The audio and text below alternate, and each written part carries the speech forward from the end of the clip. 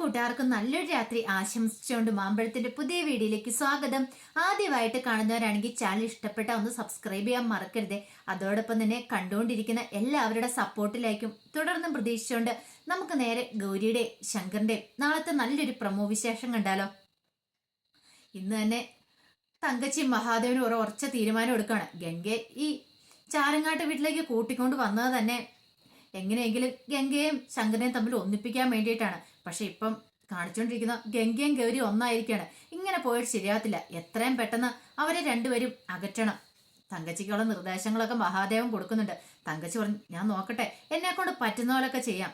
പക്ഷേങ്കിൽ എത്രമാത്രം വിജയത്തിലെത്തുമെന്ന് എനിക്ക് പറയാൻ പറ്റില്ല. മഹാദേവൻ പറഞ്ഞു, ഇതിനേക്കാളും വലിയൊരു ചാൻസ് എനിക്ക് കിട്ടാനില്ല. വയസ്സനാം കാലത്ത് നമുക്കൊരു തുള്ളി വെള്ളം കിട്ടണമെങ്കിൽ ഗംഗമോള് നമ്മളുടെ മരുമോളായേ പറ്റുള്ളൂ പറയാണ്. പിന്നീട് ശേഖറാണെങ്കിൽ വല്ലാത്ത ഉത്സാഹത്തിലായിരുന്നു. ശേഖറിന്റെ ഉള്ളില് ഗംഗ മാത്രമേ ഉള്ളൂ. ഇപ്പം എങ്ങനെയും കമലയെ ഒന്ന് ഒഴിവാക്കണം, ഗംഗയെ സ്വീകരിക്കണം. ഈ സമയത്താണെങ്കിൽ അച്ഛനും അമ്മയും സമ്മതിക്കുകയും ചെയ്യും. അപ്പൊ അതിനുവേണ്ടി ഗംഗയെ കയ്യിലെടുക്കാൻ വേണ്ടി ഏറ്റവും നല്ല മാർഗം എന്ന് പറഞ്ഞിട്ട് ഡാൻസാണ്. ശേഖർ എന്ത് ചെയ്യുവാണ്, നേരെ ഫോണിനകത്ത് പാട്ടൊക്കെ വെച്ചിട്ട് നേരെ നിന്നിട്ട് ഡാൻസ് ചെയ്യുന്നു. സ്റ്റെപ്പൊക്കെ ഇടുന്നുണ്ട്. ആ സ്റ്റെപ്പ് കണ്ട നമ്മൾ ചിരിച്ചു വെച്ച് മണ്ണ് തപ്പുന്ന കുറച്ച് സ്റ്റെപ്പൊക്കെയാണ് അവൻ കളിക്കണമെന്ന് പറഞ്ഞിട്ടുണ്ടെങ്കിൽ, ഷെയർ അങ്ങനെ പാട്ടിട്ട് സ്റ്റെപ്പൊക്കെ കളിച്ചുകൊണ്ടിരിക്കുന്ന സമയത്താണ്, സ്റ്റെപ്പ് ഇട്ടുകൊണ്ടിരിക്കുന്ന സമയത്ത് തങ്കച്ചി അതിലൂടെ പോയി. തങ്കച്ചി നോക്കിക്കഴിയുമ്പോഴത്തേനും ശേഖറിന്റെ ഈ ഡാൻസ് കാണുന്നത്. തങ്കച്ചി ഇവനിത് എന്ത് പറ്റിയെന്ന് ഓർത്തു. ഓഹോ, അപ്പൊ ഇനിയിപ്പൊ ഗംഗേനെ കയ്യിലെടുക്കാനുള്ള പുറപ്പാടാന്ന് തോന്നി ഇവന്റെ. അതിന് വേണ്ടിയാന്ന് തോന്നി ഇവൻ ഈ കോപ്രായങ്ങളൊക്കെ കാണിച്ചു കൂട്ടുന്നത്. പെട്ടെന്ന് തങ്കച്ചി ഇങ്ങനെ എഴുന്നേച്ചു, അല്ല ശേഖരൻ, നിനക്കിത് എന്ത് പറ്റിയെന്ന് ചോദിക്കണം.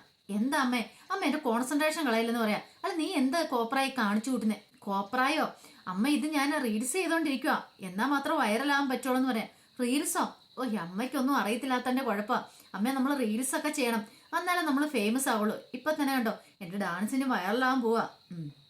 തങ്കച്ചി പറഞ്ഞു, എങ്ങനെയാണ് മിക്കവാറും വൈറലാവുന്ന എനിക്ക് തോന്നണേ. എടാ ഡാൻസ് ആണെന്ന് പറഞ്ഞ് നീ എന്ത് കോപ്പറായി കാണിച്ചു കൂട്ടുന്നേ?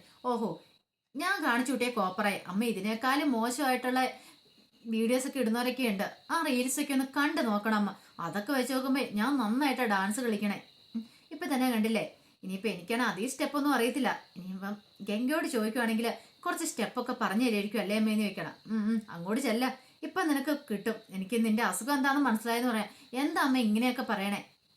ഞാൻ പറഞ്ഞാലാണോ കുറ്റം? എടാ അവനവന് പറ്റുന്ന പണി ചെയ്താൽ പോരെ. നീ എന്തിനാ ഈ വയ്യാത്ത പട്ടി കയ്യാലെ കയറാൻ പോകുന്ന പറഞ്ഞ പോലെ ഇതിന്റെ വല്ല ആവശ്യമുണ്ടോന്ന് ചോദിക്കാം. അമ്മേ ഇങ്ങനെ കുറ്റപ്പെടുത്തല്ലമ്മേ. ഞാൻ എന്താണല്ലോ എന്റെ ഒരു കലാവാസന പുറത്തെടുക്കുന്ന സമയത്ത് അമ്മ അതിനെ പ്രോത്സാഹിപ്പിക്കുകയല്ലേ ചെയ്യണ്ടേ? പിന്നെ പ്രോത്സാഹനം നിന്റെ തലകെട്ട് രണ്ടെണ്ണം വെച്ച് തരാൻ എനിക്ക് തോന്നുന്നേ. ഒന്ന് നിർത്തിയിട്ട് കയറി പോകുന്നുണ്ടാടെന്ന് പറയണേ എന്ന് പറഞ്ഞ് തങ്കച്ചി അങ്ങോട്ട് പോകുമ്പോ ഷെയർ പറഞ്ഞു, ഈ അമ്മയ്ക്ക് അതിന് എന്തേലും അറിയാവോ? ഈ റീൽസ് ഒക്കെ ഇട്ടാലും ഇന്നത്തെ കാലത്ത് ഫേമസ് ആകാൻ പറ്റുള്ളൂ, എങ്ങനെ മാത്രം പെൺകുട്ടികളൊക്കെ നോക്കുള്ളൂ. അമ്മയ്ക്ക് അതിനെക്കുറിച്ച് ഒന്നും അറിയില്ല എന്ന് പറയണം. ഈ സമയം ഗൗരിയും ഗംഗയുടെ ഡാൻസ് പ്രാക്ടീസ് ഒക്കെ ചെയ്യുമായിരുന്നു. അപ്പൊ ശങ്കറാണ് പാട്ട് പാടി കൊടുത്തോണ്ടിരിക്കുന്നത്. അങ്ങനെ ഗൗരിക്ക് നല്ല ടെൻഷൻ ഉണ്ടായിരുന്നു. കാരണം ഗംഗയ്ക്ക് നന്നായിട്ട് ഡാൻസ് കളിക്കാൻ അറിയാം. ആ ഒപ്പം തനിക്ക് പിടിച്ചു വയ്ക്കാൻ പറ്റുമോ? അപ്പൊ തന്റെ കാര്യങ്ങളൊക്കെ ഗംഗയോട് പറഞ്ഞത്, ഗംഗ എനിക്ക് നിന്റെ ഒപ്പം ഡാൻസ് കളിക്കാൻ പറ്റുമെന്ന് തോന്നില്ല. ഞാൻ കുഞ്ഞുനാളിലൊക്കെ ജസ്റ്റ് കളിച്ചിട്ടുള്ളൂ, അല്ലാതെ പ്രാക്ടീസ് ചെയ്യുവോ അല്ലെങ്കിൽ ഇങ്ങനെ ഒരിടത്ത് പോയി പഠിച്ചിട്ടൊന്നുമില്ല. അതൊന്നും കുഴപ്പമില്ല, എൻ്റെ കൂടെ കളിച്ചാൽ മതി, ഞാൻ പറഞ്ഞു തരാമല്ലോ പറയണം. അങ്ങനെ രണ്ടുപേരും കൂടെ ഡാൻസ് ചെയ്യുകയാണ്. അങ്ങനെ ചെയ്തുകൊണ്ടിരിക്കുന്ന സമയത്ത് ഗംഗ നന്നായിട്ട് ഡാൻസ് ചെയ്യുക. പക്ഷെ ഗൗരിക്ക് ഗംഗയോടൊപ്പം എത്താൻ പറ്റുന്നുണ്ടായിരുന്നില്ല. ഒന്ന് രണ്ട് പ്രാവശ്യം ഗംഗ പറഞ്ഞു കൊടുത്തു. വീണ്ടും വീണ്ടും ഗൗരി അത് തെറ്റിക്കുകയാണ്. ഈ സമയത്ത് ശങ്കർ ചോദിച്ചു, നീ എന്താ ഗൗരി കാണിക്കണേന്ന് ചോദിക്കുകയാണ്. എന്താ? അല്ല എത്ര സമയം നിന്നോട് പറഞ്ഞു തരുന്നേ, നീ വീണ്ടും വീണ്ടും തെറ്റിച്ചോണ്ടിരിക്കുക, നിനക്കെന്നാ തലയ്ക്കകത്ത് തന്നെ കയറുന്നില്ലേന്ന് ചോദിച്ചോണ്ട് ഭയങ്കരമായിട്ട് ഗൗരീനെ കുറ്റപ്പെടുത്തുവാണ് ശങ്കർ. ഗൗരിക്ക് വല്ലാത്ത സങ്കടം വന്നു. പെട്ടെന്ന് ഗംഗ പറഞ്ഞു, നീ എന്തിനാ ശങ്കു ഇങ്ങനെ ദേഷ്യപ്പെടുന്നേ? ദേഷ്യപ്പെടണമെന്ന് ആവശ്യമൊന്നുമില്ല. ഇങ്ങനെയൊക്കെയാ, ആദ്യം ഇങ്ങനെയൊക്കെയാ, പിന്നീട് അത് ശരിയായിട്ട് ചെയ്യാൻ പറ്റത്തുള്ളൂ. അതൊന്നും കുഴപ്പമില്ല ഗൗരി, നീ എൻ്റെ ഒപ്പം കളിച്ചോളാൻ പറയണേ. വീണ്ടും ഗൗരിക്ക് പറഞ്ഞു കൊടുത്തു. വീണ്ടും അവർ തമ്മിൽ കളിച്ചുകൊണ്ടിരിക്കുന്ന സമയത്ത് വീണ്ടും തെറ്റി ചെയ്യുമ്പോഴത്തേനും ശങ്കർ ദേഷ്യപ്പെട്ട് കഴിയുമ്പോൾ ഗൗരി എന്ത് ചെയ്യുവാണ്, ഗൗരി പറഞ്ഞു, അതെ എനിക്ക് ഇത്രയൊക്കെ പറ്റുള്ളൂ, എന്നെ കൊണ്ട് ചെയ്യാൻ പറ്റുന്ന പോലെയൊക്കെ ഞാൻ ചെയ്യുന്നുണ്ടെന്ന് പറഞ്ഞിട്ട് ദേഷ്യപ്പെട്ട് അങ്ങോട്ട് കയറിപ്പോവാണ്. ശങ്കർ പറഞ്ഞു, ഇവർക്ക് ഇത് എന്ത് പറ്റി? ഗംഗ പറഞ്ഞു, നീ എന്തിനാ ശങ്കു ഇങ്ങനെ വെറുതെ അവിടെ ദേഷ്യപ്പെട്ടെ? ഒന്നാമത്തെ കാര്യം ആദർശന്റെ കാര്യം ഓർത്തിട്ട് ഗൗരിയുടെ മനസ്സിൽ നല്ല ടെൻഷൻ ഉണ്ടെന്ന് തോന്നുന്നു. അതാന്ന് തോന്നുന്നു കോൺസെൻട്രേഷൻ കിട്ടാത്ത.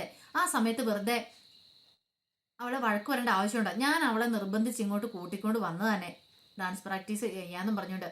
ആ സമയത്ത് അവളെ കുറ്റപ്പെടുത്തുകയും കൂടി ചെയ്തിട്ടുണ്ടെങ്കിൽ നീ എന്താ ശങ്കു ഇങ്ങനെയെന്നൊക്കെ ചോദിച്ച് ശങ്കറിനെ വഴക്ക് വരുന്നുണ്ട്.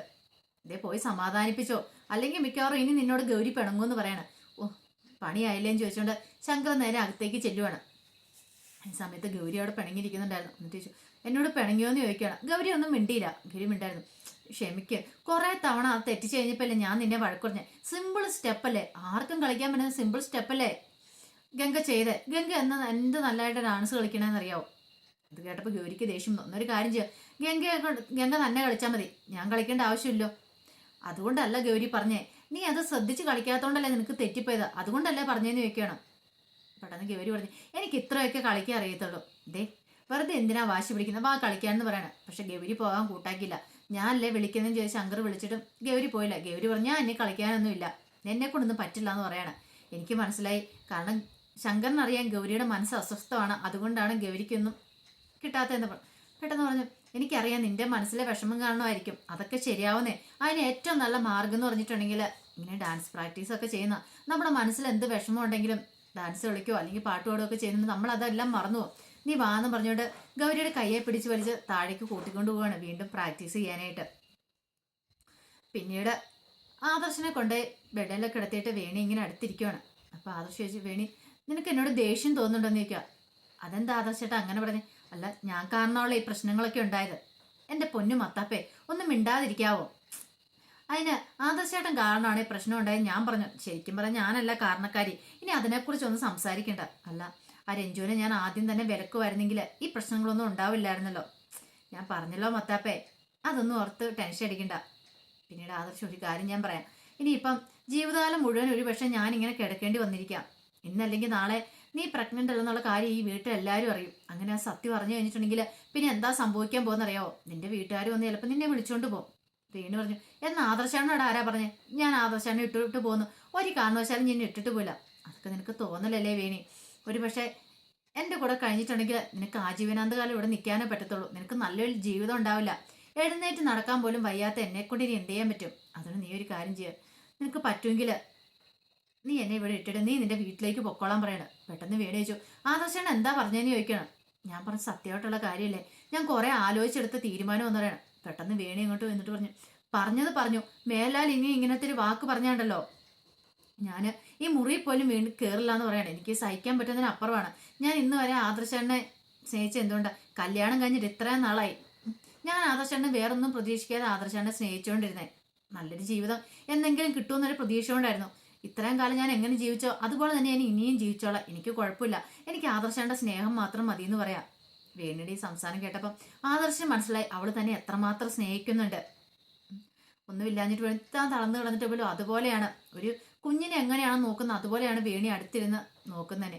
ചിലപ്പോഴൊക്കെ നന്ദിനി അമ്മയ്ക്ക് വരെ തോന്നിയിട്ടുണ്ട് വേണിയുടെ ഇരിപ്പ് കാണുമ്പോൾ വലിയൊരു കുഞ്ഞുണ്ടെന്നുള്ള ചിന്ത പോലും ഇല്ലാതെയാണ് ഇവിടെ ഇരിക്കണത്. ഫുഡ് കഴിക്കാൻ പോലും ചില സമയത്ത് വേണി മറന്നുപോകും. വേണിക്ക് അതിനെക്കുറിച്ച് ചിന്തയേ ഇല്ല. ആകെപ്പാടെയുള്ള ചിന്ത ആദർശനെ കുറിച്ച് മാത്രമാണ്. ആദർശനെ എത്രയും പെട്ടെന്ന് എഴുന്നേൽപ്പിച്ച് നടക്കണം. ഗൗരി പറഞ്ഞിട്ടുണ്ടായിരുന്നു, നിന്നെ കൊണ്ട് അതിനെ സാധിക്കുള്ളൂ, നീ പരിശ്രമിച്ചിട്ടുണ്ടെങ്കിൽ സാധിക്കാതിരിക്കില്ലെന്നൊക്കെ. അതൊക്കെ ആ ചിന്തകൾ മാത്രമായിരുന്നു വേണിയുടെ ഉള്ളിലുണ്ടായിരുന്നത്. അപ്പൊ അതിനു വേണ്ടിയിട്ട് വേണി പരിശ്രമിക്കുന്നുണ്ട്. അപ്പൊ അതിന്റെ വിശേഷങ്ങളൊക്കെയാണ് നാളെ കാണാൻ പോകുന്നത്.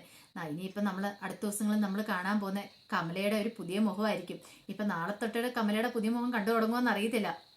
തങ്കച്ചിനെയും മഹാദേവനെ ചേർന്നൊക്കെ എടുത്തിട്ട് പെരുമാറുന്നുണ്ട് കമല. അപ്പൊ ആ നല്ല വിശേഷമൊക്കെ നമുക്ക് എല്ലാവർക്കും കാത്തിരിക്കാട്ടോ. ഒരിക്കൽ കൂടി എല്ലാവർക്കും നല്ലൊരു രാത്രി ആശംസിച്ചുകൊണ്ട് നിർത്തുന്നു. നന്ദി.